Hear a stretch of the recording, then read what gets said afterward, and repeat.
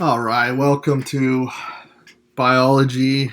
We are taking a look into animals here. We're going to get a little bit more into detail about the different animals, different phyla that you learned a little bit about in chapter 25. That going back to really 25.2 of the different body plans and things like that. So we're going to look into kind of a little bit more into them as far as what separates them other than just the body plans and things like that. This is going to be more so of adaptations and types of um, cool facts for you. So 26.1, we're going to be looking at 26.1 and 26.2 in this section, and that's what you're going to be that's what you'll be quizzed on. So I do want to reiterate your quizzes are going to be different. We will not have tests or unit tests. We will have a final, but you will not have a unit test for plants and animals. So I'll be looking into making some sort of changes, and as far as our final is pretty much going to be plants and animals. But your quizzes are going to be worth a little bit more to make up for the points. Same thing applies. Allowed to use notes, things like that. Of course, wouldn't be able to know as you are at your homes.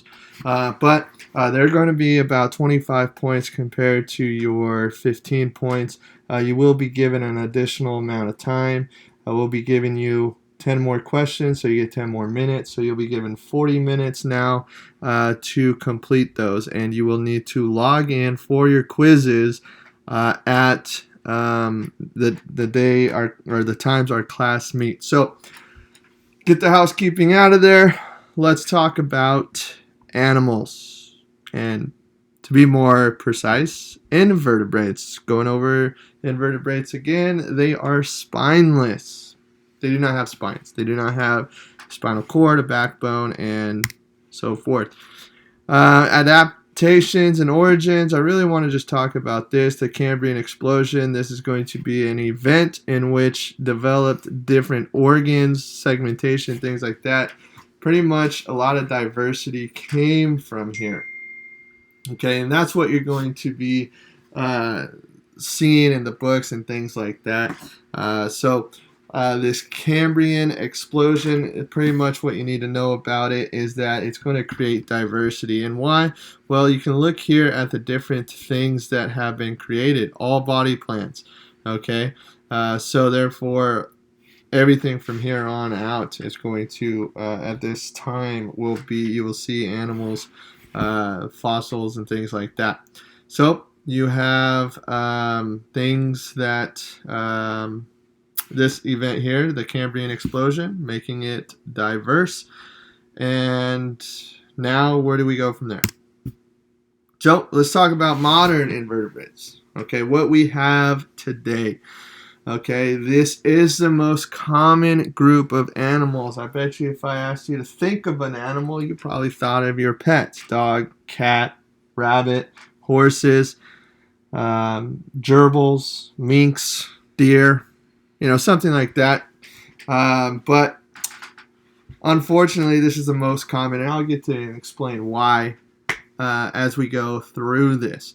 Okay, so cladograms, they show that you go back to 25.2. There's a cladogram of all of that as far as how they're related, things like that. I don't want to bore you with reading this. You can read it. I want to give you some interesting facts about each of these. Like I said, there's so much diversity here, even within the different groups, that I'm not going to spend all the time talking about it them, so I'm going to give you generalizations. Some of these may not be true for a specific species, but for the general phyla, that being Porifera. Okay, so we're going to be talking about 8 phyla here. Okay, so Porifera is number 1. That is your sponges. Yeah, sponges. Give it up for sponge. All right, not sponge cake. That's different. That's not good. That's not an animal. Okay, sponges are poriferas. They're named porifera because they have pores. A little interesting fact about them. They're oldest. Well, that's what the textbooks are going to tell you. They're oldest simply because they're basic. They got one cell, okay? And those cells are going to complete and do everything that is needed in order for it to survive. Now, something you may not know is there are 5,000 different living species of sponges. 5,000. Okay, so think of it. That's 5,000 different types of sponges that are living in the ocean today. Also, a little known fact is they are a filter feeder, but a little bit different than what you would think of with your filter feeders such as whales. Okay, what's going to happen is the water is just going to move through it. Okay, and as it moves through it, it's pretty much feeding and taking in the nutrients that way. So it's going to feed through what is diffusion. Okay, and that's unique to it simply because it doesn't have any organs for it. Cnidarians is going to be group 2. Now, cnidarians get its name from its structure. Okay, cnidarians are going to be your jellyfish, sea fans, sea anemones. Say that 5 times fast. Hydras, corals. There's actually 4 categories of cnidarians. Each of these categories are going to possess what are called, what's it called? Nematocytes. Okay, nematocytes are the stinging tentacles on these animals. Okay, so every single one of these will have a stinging barb tentacle on it of some sort, and that's what gives it its name. Nido is Greek for sting or needle. Okay, so when you get pricked with the needle, it kind of stings. So therefore, that's how they got their name. And it's a cnidarian, not cnidarians. Okay, so cnidarians, the C is silent to let you know. 4 of these groups being the anthozoa. Those are going to be your coral, sea anemones, and sea pens. Cubozoa, you may have heard of this before. Cube being a box or your box jellyfish. These are different because these are toxic. This is what had killed the crocodile hunter. They are extremely, extremely toxic and does not take a lot. They are very small, but it does not take a lot to harm a person. Then you have hydrozoas. These are going to be your hydras or what are your medusas. And then you have your scyphozoa, which are your true jellies. So those are your cnidarians. Crikey! Look at these. This is a sponge here. Okay, a little bit bigger than your sponge that you use at your house. Maybe not. I don't know. Maybe you have this huge giant sponge. But you can see here there's no symmetry for the most part. These you can, but there's a lot of different types of sponges here that you can see the colors and things like that. And pretty much what's going to happen is the water here is just going to flow through. Okay, whoops. So the water here is just going to flow through, okay, in here and then out. And as it does that, it's just going to feed. Okay, so let me draw it over here. In and out. One-way system if you want. You could see these holes where it's going to fill and go into those holes and things like that. So it just kind of goes through the different cells and into its surroundings. Cnidarians. Here we go. Here's a sea anemone. Cinnamon. See this creature. And then you have your jelly here. Like I said, there's 4 different types here. These are the next complex, I would say. Let's continue here on our third phyla, being arthropods. Now, this is the reason, these buggas, this is the reason why they are the most common. Right? If I think of animal, you should be thinking of an arthropod, but you don't. You think of your pet. Okay? This is and will represent 3/4 of all the living species, about 16 million different species. Now that number is not necessarily made in concrete, but there's a lot of them. And the reason for that is this: where do they live? They live on fresh water, land, air, oceans. They really conquered the earth. So therefore they can live anywhere. Humans have yet been able to live underwater. So that is hard. So we can't, live in the ocean or the fresh water unless you're Aquaman or something like that. So therefore, arthropods are going to be able to live just about anywhere. Now, this here, 3 million, you can have anywhere, from 3 to 9 million if you talk, depending on who you talk to, and a lot of them actually have not been discovered simply because our rainforests haven't been discovered. Okay, so the new species are constantly being determined based on these. These have a lot of different types of subcategories, subphylas, things like that. You have your spiders here, centipedes, insects, crabs, crustaceans. I can keep going, but there's somewhere around we'll just say 6 million different species of your of arthropods, and largest being that of the king crab. Okay, king crab can be somewhere between 12-foot span. Okay, from one arm to the next can be 12 feet. That's big. It's a lot of good eating there too. Okay, fourth being nematodes. Okay, now if you're looking at this and saying, what the heck is this? Where did this come from? This is all new. Well, this is the scientific term for these. Roundworms are going to be your actual animals. Nematode is going to be the phyla.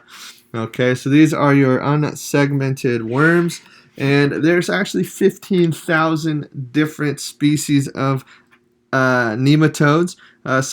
They lay a lot of eggs. Okay, they have about 20 million eggs within their lifespan, and they're going to lay at a time 200,000 eggs in a day. That's doing work right there. Okay, so a lot of eggs there, and simply because they need a lot in order to survive. All right. And they're said to be 500,000 species undiscovered, mainly because they live deep in the soils and kind of different environments that really nobody wants to go to.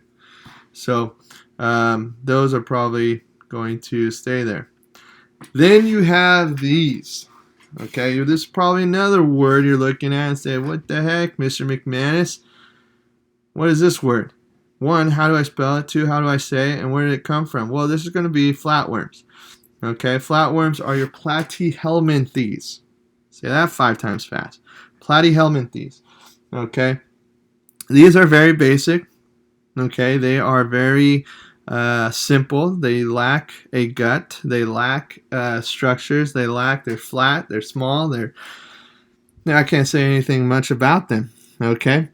But they do have a two-way system, feeding system, very much that of a sea anemone or cnidarians or jellyfish.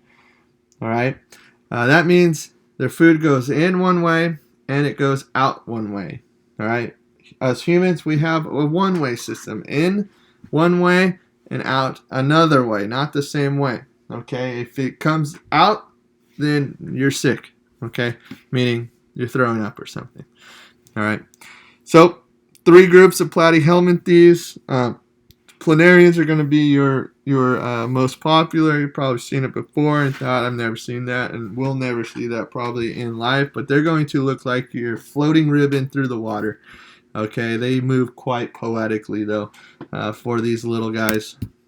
Here's your arthropods. Like I said, very, very diverse. You got spiders.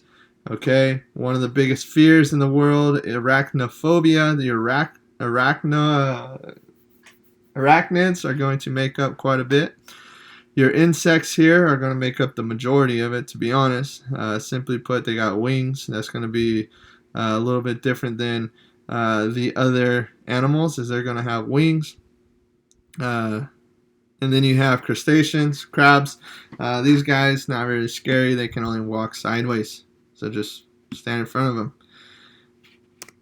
Nematodes. This is the reason why they're undiscovered. Look at this little ghost worm here. It's just pretty much in the soil. So who wants to go find these? No one. Okay. But they're basic. Okay. And these actually are going to have your pseudocoelomate. Okay. They're just kind of have an open space in them. Okay. So you get this flatworm that has no space. It's flat, very thin. Then you get these nematodes or roundworms. And then you get annelids, which we'll talk about next. But the only thing that changes is the cavity. Then your platyhelminthes. Once you learn how to say that word, it's kind of fun. Platyhelminthes. Platyhelminthes. All right, here's your planarian. You've probably seen this. This looks like, some sort of eyes and stuff like here. That's really its only organs, you can say. And it really only adjusts to lightness and darkness. So it moves away from the light and goes towards the darkness. And then you have these beautiful looking simple creatures. Okay. Anyone that's ever told you being simple is beautiful, here it is. It looks like a flower or a floating ribbon or something like that. It's very simple. Okay, no organs, really nothing. Okay, but it gets this fluttering like way in order to move. All right, covering the last ones. Forgot what number I'm on. Probably be on now 6 because I told you 8. I know I told you it's a body plan. But annelids. This is the last of your worm category. These are going to be your earthworms, your leeches, also things called sea rats or sea mice, fireworms, lugworts. Something that you step on and said, ew, I step on that. Those are your annelids. So, annelids, a lot of these are going to be called polychaetes. Poly meaning bristles, poly meaning many, chaetes meaning bristles. So these are going to have many bristles as it would turn out. Okay. So these are going to swim through larvae. You have all that there. 9,000 different species of your annelids. These are the things that when you're a little kid, you're digging in the dirt. Okay, you pick these up and eat them, throw them, whatever you do when you're a little kid. But you find these in the soil, and these actually have a good measurement or recording of fertile soil. So if you have these plants around, if you have these animals or annelids around in the soil, then you're going to have good fertile soil, so it's going to be able to grow. But you don't necessarily want them because they'll eat things, or at least things will eat them, such as birds and things like that. So they are good, but they bring harm to your gardens for those that have a green thumb. Okay, mollusks. That's another fun word, mollusks. Okay, or mollusca. These are a little interesting fact about these guys. Let me tell you. Mollusks are actually used by paleontology the most to understand fossils and things like that, mainly because they have a hard shell. It is made out of what is called chitin, similar to that of arthropods, but they have a shell. They get rid of their shell, they molt, or what is the term, and then when they die, that shell is going to get left and it will form a fossil. So it is highly used in paleontology to understand kind of where we came from. So you can store that one in the back of your head. Also, there's 50,000 different living mollusca. Okay, these range from snails, slugs, clams, octopus, and actually, cool fact about an octopus is their nervous system by far is the most advanced nervous system in Earth, in the universe.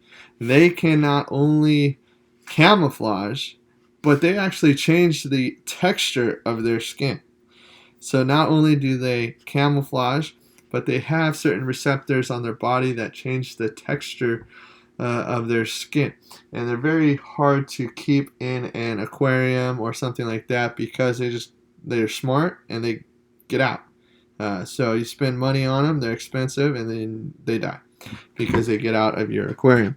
So we'll talk a little bit more about octopus, but also you have squids in here as well. You also have a subphyla being monoplacophorans, which were thought to be extinct. 1952 they found one, so also called the resurrected mollusca, because in 1952 they made it came back from the dead. See what I did there? That was found off the coast of Costa Rica. These are important for your ecological communities. The one thing I do want to talk about, interesting, one of the largest animals known, okay, is the kraken, or sorry, the giant squid. Okay, it's an old tale, maybe, I don't know, it's up for debate, but it's an old tale about a giant squid that wreaks havoc. I mean, let's put it real. You put yourself in a situation where you're out in the middle of the ocean and you come about a 39-foot squid. Who else is not going to be scared out of their mind? Very scary. 39-foot squid. Yeah, so you come up with a bunch of different tales and things if you live to survive. But you have a large group, 50,000 different animals there. Okay. And then finally, our last one is you have your echinodermata.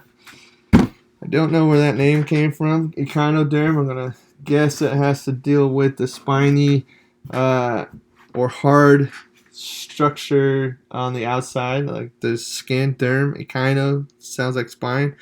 But these animals are going to be the fun, interesting fact about them is they're the only, or one of the few class or phylas that lack a freshwater or a land ancestor. Okay, or relative, should say. Okay, so they're the largest phyla to lack land or fresh water. Mainly, what that means is obviously you're not going to see these flying, so you don't have to worry about that. But you will see these only in the ocean. So, according to what the Cal Berkeley just said. Here you go. Here's your annelids. Okay, so here's a leech. Okay, you know what they do. Bloodsuckers.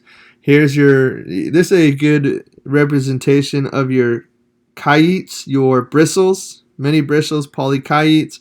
Now, if you've ever felt a earthworm when it's dry, or a leech when it's dry, you can feel these kind of bristles or these stubs, kind of like a 5 o'clock shadow, would you say, for these worms. Okay, and that's the bristles. These here are going to have not as many, okay, and they're mainly going to be a little bit on the underneath of the ventral side, but you can see these here that you can actually see. So polychiates here, known as your annelids. Mollusks or mollusca. Okay, here's your squid. Okay, shrimp also in here, octopus in here, and then your bivalves being these, and snails. Okay, interesting fact about these guys. Not only are they ecological community enhancers, but they're also human enhancers. Okay, meaning that humans like these. Okay, they really do. All right. Couple things that humans used to do. other than obviously eat these. Okay, calamari, you know, shellfish, or you got squid, you got shrimp, you got crayfish. You know, so not only that, but you're going to have these things here. These are pearls, so used as jewelry. You have escargot. So you got high end. These like to be lumped into with higher class or luxury type of settings. Okay, pearls making necklaces or jewelry or rings or whatever it may be. Okay. Also, that they were hunted so much that now you have certain ones that are going in extinct because of them simply being hunted and eaten and things like that. So those are your mollusca. Oh, also, what I wanted to talk about, they have what is called a foot. Okay, you can see these tentacles. This is going to be your foot here, and there's going to be a foot in there. You have tentacles in squid and or your gastropods. These are going to be called your gastropods. These are different. You have bivalves, and then you have gastropods of the subphyla of your mollusks. Your gastropods contain what is called, I believe it's called I want to say a pen. Um, Simply put, what it is a bone-like structure that is going to run along. Okay, and this is kind of an idea of where we get a pen from. Okay, these have ink, as we know. They, you inked me, or whatever the saying is from Nemo. Okay, but what it is it's contact. It is a part of this bony-like structure that people would use to take out and they could write with, because it had ink on it, so they could just write with it. It's kind of this bony-like structure. You'd have to open it up to see it. It's kind of in the middle of it, but it kind of gives the squid this structure here.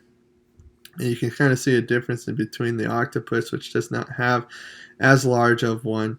But the squid here is going to have this kind of what is like a bishop hat here compared to the octopus. Now your echinodermatas. These guys, I'll tell you what, look at these. These are called pentametra symmetry, meaning 5 sides, most of these. 5-sided symmetry. And then you have these, your sea urchins are going to be part of this, mainly because of how they get around, as well as how they eat. These things are going to have these water canals that are going to be used as to propel them. Okay, not only do they have suckers on them, on their underneath, to make sure that they are holding in their environment. You're going to see these in tide pools, things like that. So they have these changing environments. They are adapted to live in water, so they need to try and stay in water as much as possible. So when the tides move out, they need to be able to move with them. So what they do is they pretty much use these water systems, canals within them, to shoot water and move for the most part. Now, they're not going to move very fast, most of them, but they were going to use the water and pressure and stuff like that to be able to move and desuction from whatever they are on. So here's your invertebrates. We just talked and covered all of these, and on our next class, our next topic, we will learn about chordates, which are your typical animals that you think of. Well, thanks for tuning in, and I hope that was somewhat entertaining, because I had fun. Come back next time.